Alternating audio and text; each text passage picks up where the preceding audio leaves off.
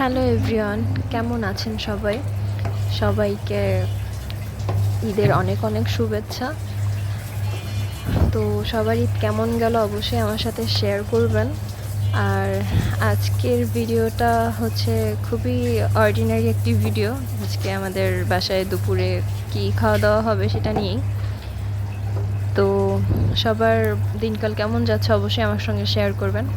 আর আজকে আমাদের বাসায় দুপুরে হচ্ছে ডাল, লাল শাক আর আমার সবচেয়ে পছন্দের গরুর মাংস। এই যে যে শাকটা দেখতে পাচ্ছেন, এটা হচ্ছে আমাদের গ্রামের বাড়ির উঠোনে লাগানো। তো একদমই সার ছাড়া, একদম ন্যাচারাল যেটাকে বলে, প্রাকৃতিক, কোনো ধরনের ভেজাল ছাড়া।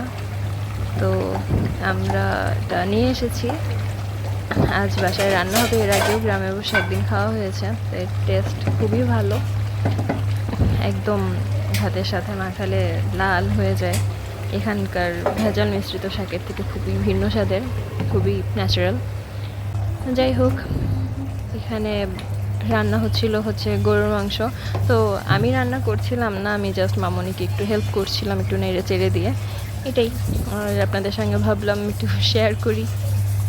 তো এই তো, ভালো থাকবেন সবাই। আবার কোনো নেক্সট ভিডিওতে দেখা হবে। আসসালামু আলাইকুম।